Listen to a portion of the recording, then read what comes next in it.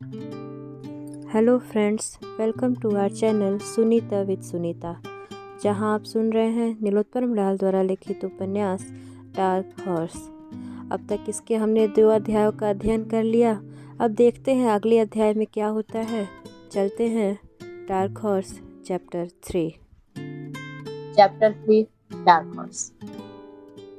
अब संतोष अपने सपनों के नगर मुखर्जी नगर में खड़ा था। चारों तरफ सफल अभ्यर्थियों के पोस्टर ही पोस्टर। इनकी सफलता का शिल्प रचने वाले महान कारीगरों के नामचीन कोचिंग के होर्डिंग्स, भिन्न भिन्न मुद्राओं में बातचीत और चिंतन कर आ जा रहे भविष्य के सिविल सेवक। जूस की दुकान पर सूखे और बाढ़ की चर्चा, चाय की दुकान पर जीडीपी की बहस और कोचिंग से छूटे किताब से भरे बैग वाले छात्र का तुरंत किताबों की दुकान पर ये दिल मांगे वो टाइप्स किताब।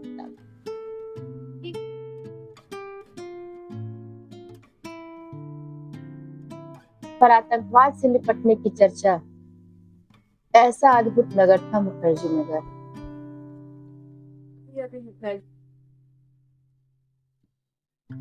का एक दिया लिए उतरा था। ऐसे दृश्यों को देखकर वो कुछ पल में मशाल बन चुका था। बिजली के खंभों और पेशाब घरों में लगे 900 रैक तक के सभी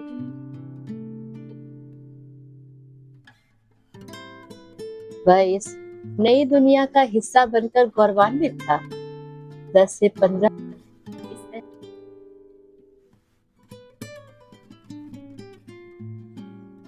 कौन सा? चलिए देखते हैं। हेलो, हाँ राय साहब, नमस्कार। हम संतोष बोल रहे हैं, यहाँ मुखर्जी नगर पहुंच गए हैं, संतोष ने कहा। उधर से राय साहब की आवाज आई, स्वागत है भाई, कहाँ पर हैं अभी आप खड़ा? जी ये बत्रा सिनेमा के सामने खड़े हैं, एक तो जूस का दुकान है उसी के पास, संतोष ने इधर उधर नजर टटोलते हुए कहा। बस 10 मिनट रुकिए, हम वहीं आते हैं, कहकर राय साहब ने फोन काटा। संतोष की राय साहब से मुलाकात एक शादी के दौरान बोकारो में हुई थी। राय साहब ने तभी संतोष को अपना पता ठिकाना और नंबर देते हुए कहा था कि अगर दिल्ली में मन हो तैयारी करने का तो जरूर आइएगा। राय साहब का पूरा नाम कृपा शंकर राय था। वो मूलतः यूपी के गाजीपुर से थे। राय साहब पिछले 5 साल से मुखर्जी नगर में तैयारी के लिए रह रहे थे। पिछले साल ही उन्होंने अपने तीसरे प्रयास में आईएएस की मुख्य परीक्षा दी थी। इलाहाबाद विश्वविद्यालय से इतिहास में एमए करने के बाद उन्होंने बीएड भी कर रखा था। किसान परिवार से थे, पर किसानी ठीक ठाक थी। पिता खेती बाड़ी से मजबूत थे। कृपा शंकर के झड़ते बाल और तेजी से लटकती झुर्रियों के अदब में साथी उन्हें राय साहब कहा करते थे। अरे लीजिए, आ ही गए आप भी आईएएस बनने, सामने से आते ही संतोष को गले लगाते हुए राय साहब ने कहा। देखिए, अब आपकी शरण में है, जो बना दीजिए, आईएएस या आईपीएस। संतोष ने बड़ी चालाकी से अपना चॉइस बताते हुए कहा। बातों से स्पष्ट था कि वह राजस्व सेवा में नहीं जाना चाहता था। 5 फीट 6 इंच अंडर शर्टिंग किए हुए, खुद से सिलवाया हुआ सफेद पर फिरोजी चेक की शर्ट और काली पैंट पहने, बड़ा बकलस वाली बेल्ट, बिना फ्रेम का चश्मा लगाए और पैरों में सफेद मोजे पर अपनी साइज से 2 नंबर ज्यादा का लाल कलर का फ्लोटर पहने राय साहब एकदम से 2007 मॉडल अरस्तु लग रहे थे। चलिए रूम पर चलते हैं, राय साहब ने हाथ से इशारा करते हुए कहा। हाँ चलिए, देखें आपका महल, संतोष ने उत्साह भरे। कहाँ रूम है आपका? बस यही 5 मिनट में, नेहरू विहार में। चलिए ना, पैदल ही चलते पहुंच जाएंगे। कदम बढ़ाते जी नगर में ही है ना? हाँ, यह सारी कोचिंग है और बस नाले के पास सटा हुआ है नेहरू विहार, सब एक ही एरिया है। नाले के पार? संतोष ने नाक सिकोड़ते हुए कहा। घबराइए नहीं, उस पर पुल बना हुआ है, नाला तैर कर नहीं जाना है, राय साहब ने कहा। दोनों ठहाका मारकर हंसने लगे। संतोष राय साहब की वाक्पटुता पर मोहित।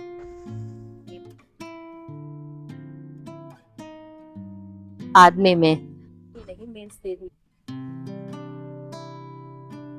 से पकड़े और छोटा वाला पीठ पर लटकाए राय साहब के साथ चलने लगा था। तैयारी करने के लिहाज से 5 साल जूनियर होने के कारण उसने खुद से सीनियर राय साहब को बैग पकड़ने के लिए देना उचित नहीं समझा, और दूसरी तरफ पहले से ही कपार पर ज्ञान का बोझ उठाए राय साहब ने अपनी तरफ से भी अतिरिक्त बोझ उठाना जरूरी नहीं समझा। कुछ ही मिनट में दोनों नाला पार करके नेहरू विहार के फ्लैट नंबर 304 के नीचे पहुंच गए। संतोष ने मकान देखते ही कहा, महाराज एकदम झक्कास है राय साहब, पूरा ले लिए हैं का? राय साहब ने मुस्कुराते हुए कहा, अंदर तो आइए। ऊपर लड़का रहता है, सब फ्लोर पर 25 गज का एक कमरा है। देखिए थोड़ा सीढ़ी पर चढ़कर सर बचाकर चढ़िएगा। कितने का है राय साहब कमरवा? 4000 प्लस बिजली पानी है संतोष जी, राय साहब ने आंखें तरेर कर बताया। ऊपर कमरे तक पहुंचते पहुंचते संतोष का दम फूल चुका था। इतना भारी बैग लेकर चढ़ना एवरेस्ट की चढ़ाई चढ़ने जैसा था। दमे के मरीज की तरह हाफ रहा था बेचारा। राय साहब ने ताला खोला और दरवाजे को अंदर से धकेला। घुसते ही संतोष को एक ऐसी गंध आई जिसे उसने इससे पहले कभी महसूस और घिनहा फ्लेवर। इतनी वैरायटी होती है यह संतोष ने अभी अभी जाना था।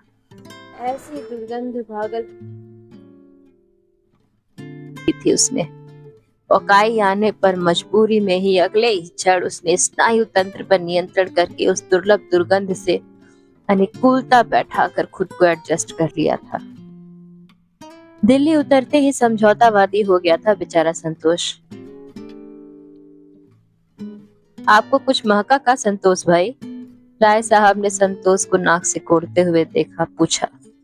नहीं नहीं, रूम बंद होगा ना इसलिए, वैसे ठीक है, संतोष ने नाक पर एक हाथ फिराकर कहा।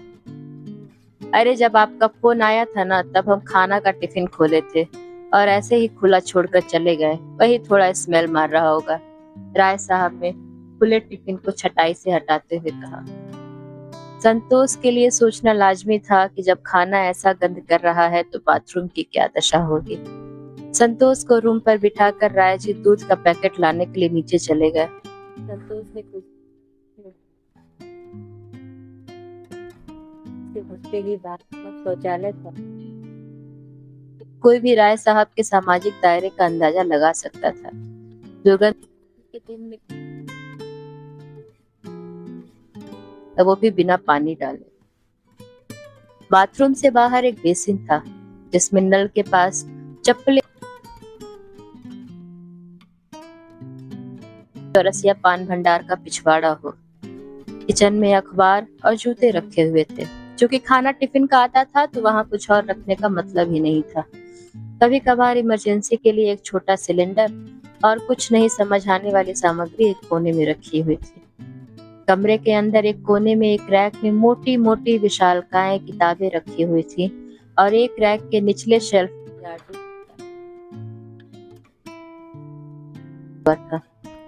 पर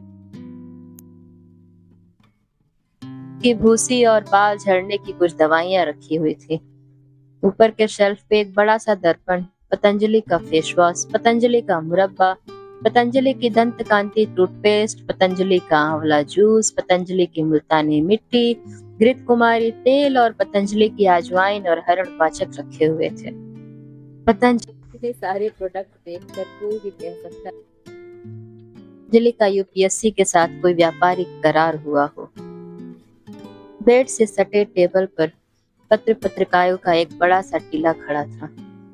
दीवार पर एक तरफ भारत और विश्व के नक्शे चिपके हुए थे और उन पर कई विशेष जगहों पर लाल हरे स्केच से गोले किए हुए थे। किसी गड़ी तरफ माँ हनुमान, दीवार पे एक तरफ माँ काली जी और हनुमान जी की बड़ी सी तस्वीर ब्लैक टेप से चिपकाई गई थी।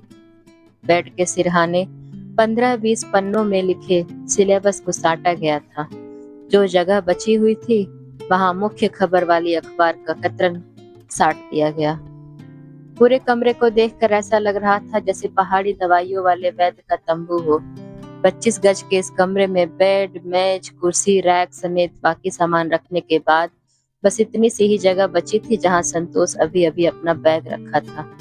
संतोष ने मन ही मन पूछा, सचमुच तब कर रहे हो?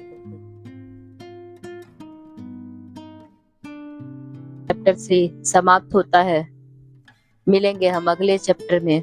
धन्यवाद।